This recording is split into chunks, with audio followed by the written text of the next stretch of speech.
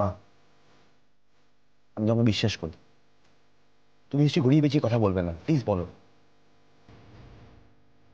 দেখ রূপম, অশান্তি আর ভালো লাগে না। যা হয়েছে সেটা ভালোর জন্যই হয়েছে। কেন শ্রেয়া বাড়ি ছেড়ে চলে গেছে? পিসিমণি, তুমি এবার প্লিজ চুপ করো তো, আমি মার সঙ্গে কথা বলছি। অনেকক্ষণ ধরে অনেক কথা তুমি বলেছো, মাঝখানে ঢুকো না। না বলো। ও মা, দেখেছো বৌদি, এই জন্য বলে কারোর ভালো করতে নেই। পিসিমণি প্লিজ নাটক বন্ধ করো। মা এবারে অন্তত বলো কি হয়েছে।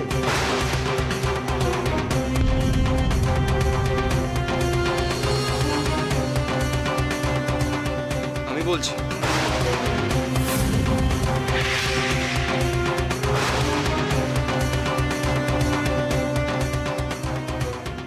এ বাড়িতে আর 5 জন তোর জন্য যেরকম টেনশন করছিল, বৌদিও তোর জন্য ঠিক সেরকম টেনশনই করছিল।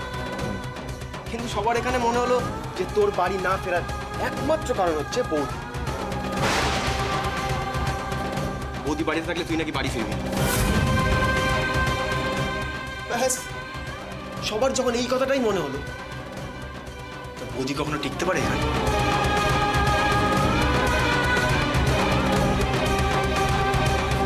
তাকে বুঝিয়ে সুঝিয়ে বাধ্য করা হলো বাড়ি থেকে বেরিয়ে যাওয়ার জন্য।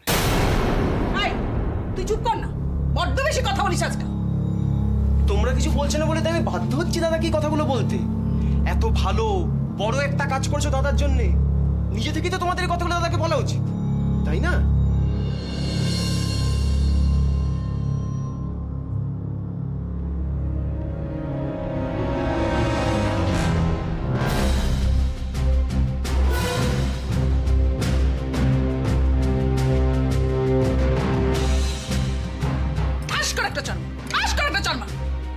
এই কথাগুলো ওর সামনে বলার কি দরকার ছিল তোর?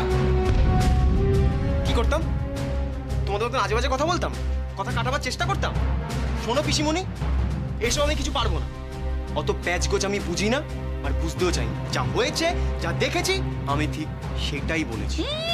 উদ্ধার করে দিয়েছো ঘরের শত্রু বিভীষণ। ছেলেটা এইমাত্র দৌড়তে দৌড়তে বাড়িতে ঢুকলো, সঙ্গে সঙ্গে তাকে বের করে দিলি। ঠিক করলি, একটা ভালো করলি। যা খুশি তাই বলো আমাকে, আমার কোনো প্রবলেম নেই। এরকম যদি আবারও হয়, আমি ঠিক এই জিনিসটাই দাদাকে বলবো। সত্যি কথাই সবসময় দাদাকে আমি বলবো।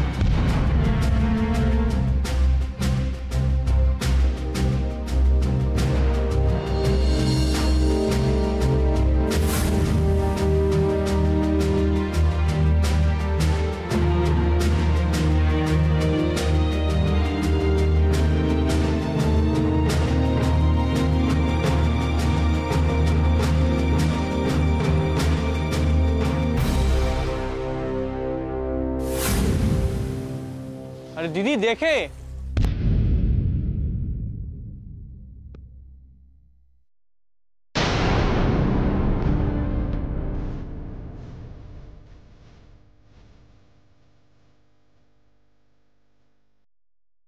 রূপম দা, তুমি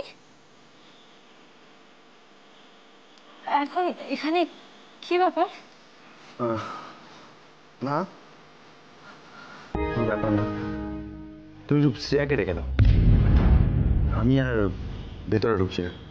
তুমি বলো যে আমি ওকে নিতে এসেছি।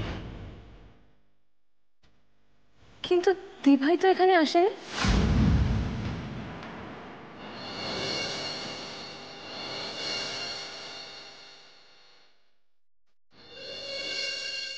রূপম ফিরে এসছে? আমি তো তখন থেকে রূপমকে ফোন করে চলছি, দিদিকে লাইন পাচ্ছি না।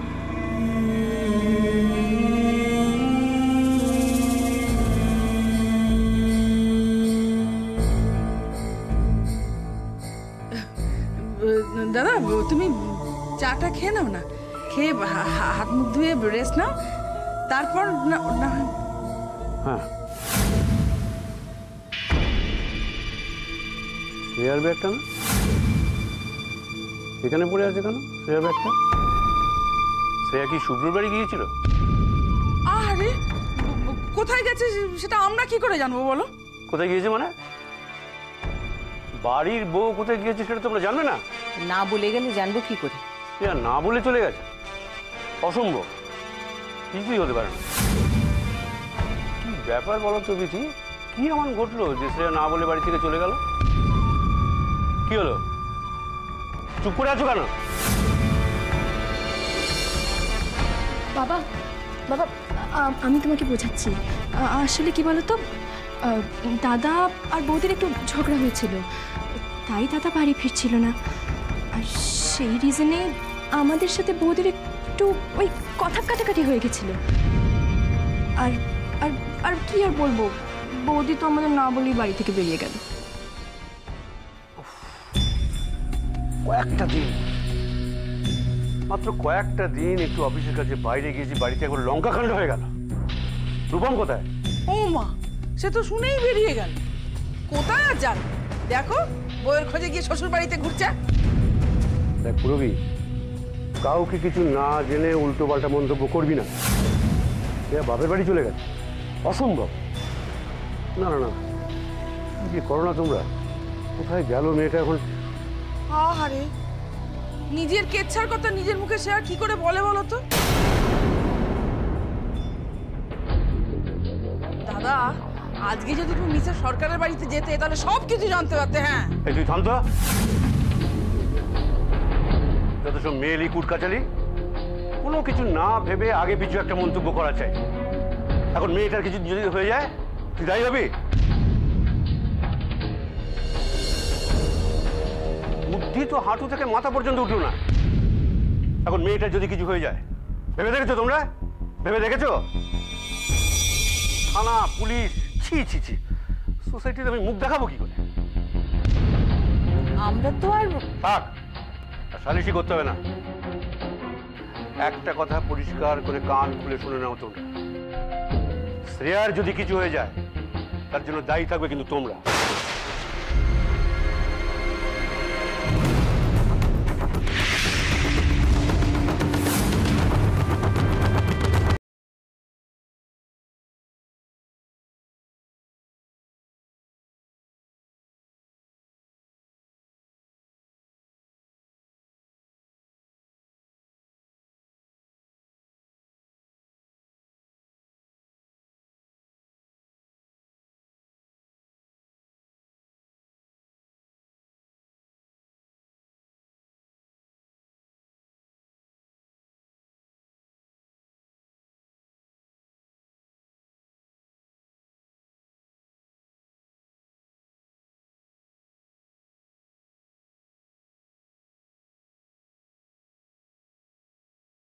দিকে ঠেলে দিলে, তাহলে দুজনের তফাৎটা কোথায় রইলো?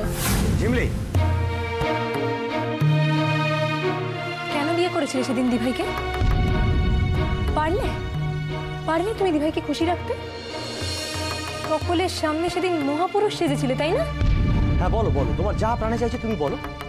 একটা অনুরোধ, এই কথাগুলো না পরে হতে পারে, সবার আগে দরকার শ্রেয়াকে খুঁজে বার করা। দরকার, হ্যাঁ খুব দরকার, কিন্তু কার? তোমার? অবশ্য হ্যাঁ, তোমার তো দরকারই, তা না হলে তোমাকে আইনের চক্কর কাটতে হবে। আর তুমি এখানেও এসেছো এই একই কারণে। তুমি ভেবেছিলে দিভাই যদি এসে এখানে সব সত্যি কথা বলে দেয় তাহলে তোমার এই ভালো মানুষের মুখোশটা আর থাকবে না। সেই জন্য এখানে এসেছিলে, তাই না? নিজেকে ডিফেন্ড করতে এসেছিলে তুমি এখানে। আমি না তোমার প্রত্যেকটা কথার উত্তর দেবো, কিন্তু তার আগে দরকার তোমার বাবার সাথে কথা বলা, কারণ শ্রেয়া কোনো ফোন করেছে সেটা জানা দরকার। না রূপমদা, ভেতরে আমি তোমাকে যেতে দেবো না। দিভাইকে তুমি দাঁড়িয়েছো, তাই দিভাইকে খুঁজে বার করার দায়িত্ব তোমার। বাবা মার সঙ্গে তো তোমার এ নিয়ে কোনো কথা নেই। বাবা মার সঙ্গে আমি এ নিয়ে তোমার কোনো কথা বলতে দেবো না। ঝিমলি, তুমি কিন্তু দাদাকে মিসআন্ডারস্ট্যান্ড করছো। বৌদি যখন বাড়ি থেকে বেরোয় তখন দাদা বাড়িতে ফেরেইনি। দাদা বাড়িতে এসে ঘটনা শুনে ছুটতে ছুটতে এখানে এসেছে।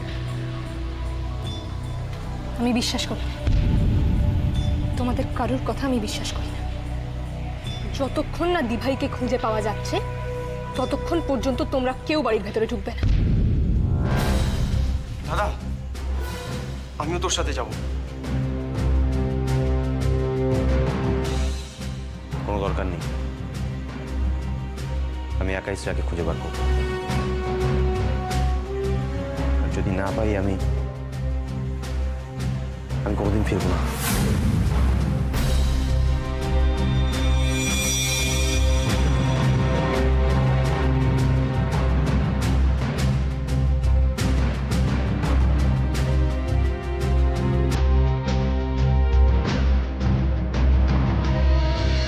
আর 5 জনের কথা বাদ দিলাম, কিন্তু আপনি তো প্রমীলা সরকারকে খুব ভালো করে চেনেন, তাই না?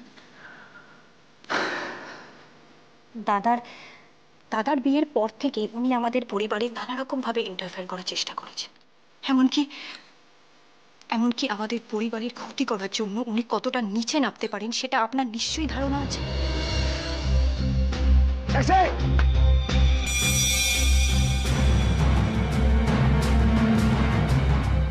আপনি বাইপাসের দিকটায় চলুন।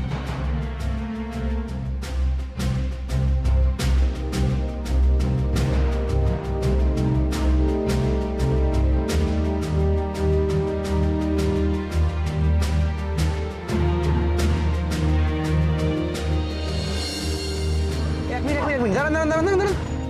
শ্রেয়া না? হ্যাঁ, শ্রেয়াই তো। আমি আসছি এক মিনিট।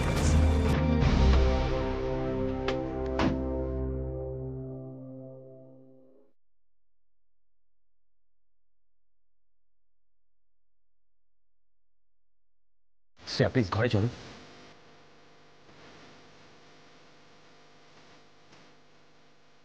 সরি আমি বিষয় বুঝিয়ে ফেলেছি, সরি।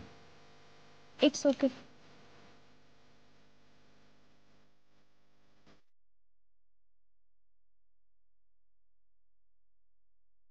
কি বলছেন আপনি? শ্রেয়া ওই বাড়ি থেকে বেরিয়ে গেছে? আমি তো বিশ্বাসই করতে পারছি না। পটিয়াটা আমি জানেন, এতবার কথা শুনিয়েছি, কিছুতেই গায়ে লাগে না, কিন্তু এবারে সুযোগ পেয়ে এমন দিয়ন দিয়েছি না, খুব গায়ে লেগে গেছে। খুব ভালো হয়েছে, এতদিনে একটা কাজের মতো কাজ হয়েছে। একবার যখন বাড়ি থেকে বেরিয়েছে তখন বাড়ি ফেরার সব রাস্তা নিশ্চয়ই বন্ধ। বন্ধু আর হলো কোথায়, রূপম তো আবার ওকে খুঁজে আনতে গেছে। আর বলবেন না, শ্রেয়াটাকে চেপে ধরে কিছু বলা যায়, কিন্তু রূপম ছেলেটা তো একটু অন্যরকম না, কিছুতেই কিছু বোঝানো যায় না, জানেন। আপনি চিন্তা করবেন না, ওকে বাড়ি থেকে বের করাটাই ছিল সব থেকে জরুরি। সেটা যখন হয়ে গেছে তখন বাকিটা আমি ঠিক করে নেব। বলছেন? শুধু বলছি না, আমি গ্যারান্টি দিচ্ছি। হ্যাঁ, শ্রেয়া ওই বাড়ির চৌকাঠ আর ডিঙোবে না।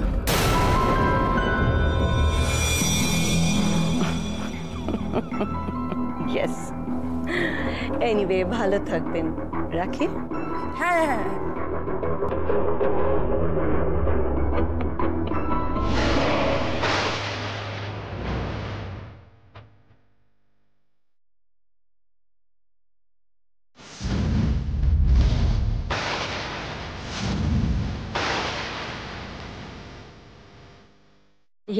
কি তুমি এখানে?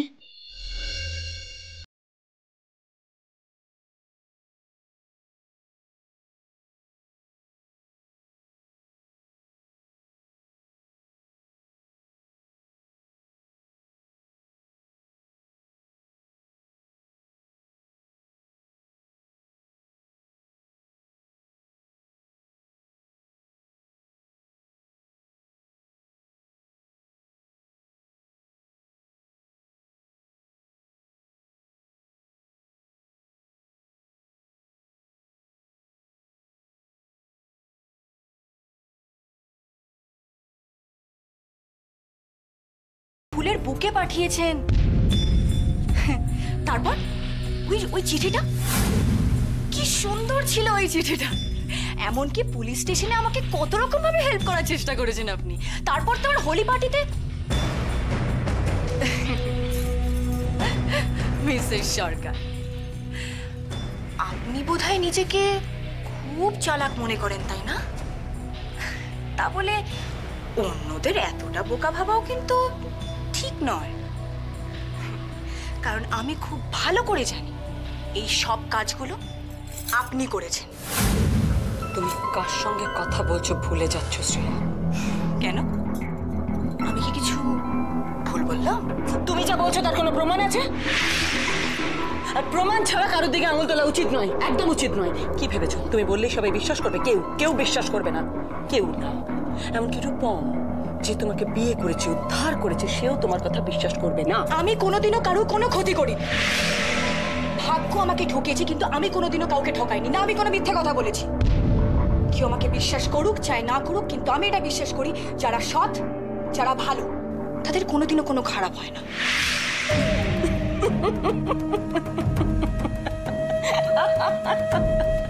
শ্বশুর বাড়ি থেকে গলা ধাক্কা দিয়ে বের করে দিয়েছে, এর থেকে খারাপ আর কি হতে পারে? আপনি বোধহয় ভাবছেন আমি হেরে গেছি, তাই না? কিন্তু আমি জানি আমি ঠিক, আর এত সহজে আমি হার মানব না মিসেস সরকার। সব হারিয়ে তো বসে আছো, আবার হারবো না বলা কি? আপনার যেটাকে হারিয়েছি বলে মনে হচ্ছে না, সেটাকে আমি ঠিক আবার নিজের করে নেব, মিলিয়ে নেব। আজ যারা আমাকে বাড়ি থেকে চলে যেতে বলেছে, কাল তারাই এসে আমাকে বাড়ি ফিরিয়ে নিয়ে যাবে। যারা আমাকে আজ অবিশ্বাস করেছে, কাল তারা আমাকে ঠিক বিশ্বাস করবে। Very good, very good. দিবা স্বপ্ন দেখছো, কিন্তু এত স্বপ্ন দেখো না। তোমাকে কেউ ফেরত নিতে আসবে এটা তুমি ভেবো না, এত আশা করো না। জানো তো, আশায় মরে চাষা। শ্রেয়া,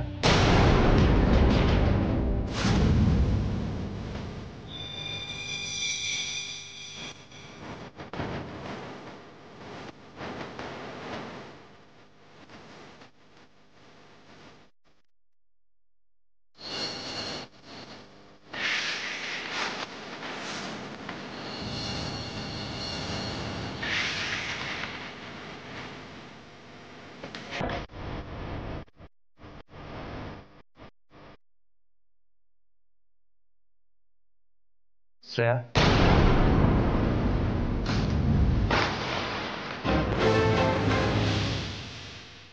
চলো আমি তোমাকে নিয়ে যেতে এসেছি। শ্রেয়া, বাড়ি চলবে?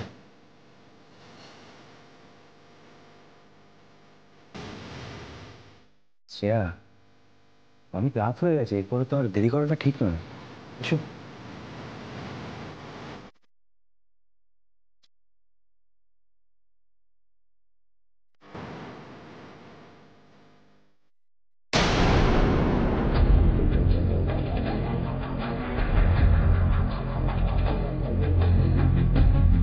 এবারে তাহলে আমি আসি মিসেস সরকার। তবে যাওয়ার আগে একটা কথা বলে যেতে চাই। যেই কথাগুলো বললাম ওগুলো মনে আছে তো? যেভাবে বলেছি আপনাকে, আশা করি মনে থাকবে। তাহলে এবার আমি আসি।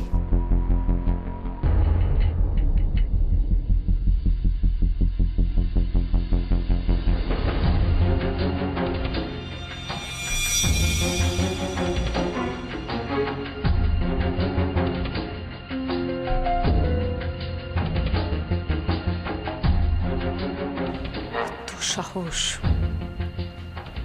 আমার বাড়িতে এসে আমাকে চ্যালেঞ্জ করছে, আমাকে শাসিয়ে যাচ্ছে।